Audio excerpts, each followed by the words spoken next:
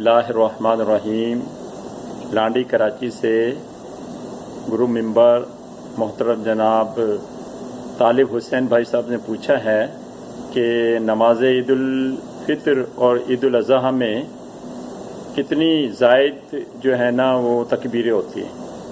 तो भैया जब ईद उल अज़हा या ईद उल फितर की नियत करते हैं तो उसमें ये कहा जाता है 6 ज़ायद तकबीरों के, यानी 6 तकबीरें जो हैं वो ज़्यादा हैं। तो अब जो 6 तकबीरें ज़्यादा हैं वो इस तरह से हैं कि जब पहली रकत शुरू होती है और अल्लाह अकबर कहकर यानी सना पढ़ी जाती है, तो सना के बाद 3 तकबीरें यानी कि कही जाती हैं किरात से पहले, पहली रकत में।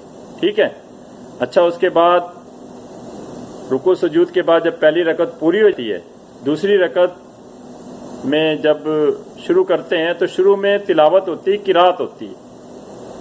जब किरात पूरी हो जाती है यानी सूरह फातिहा और सूरत मिला लेते हैं और रुकू में जाने का टाइम होता है तो फिर 3 तकबीरें इजाफी कही जाती हैं। ठीक है।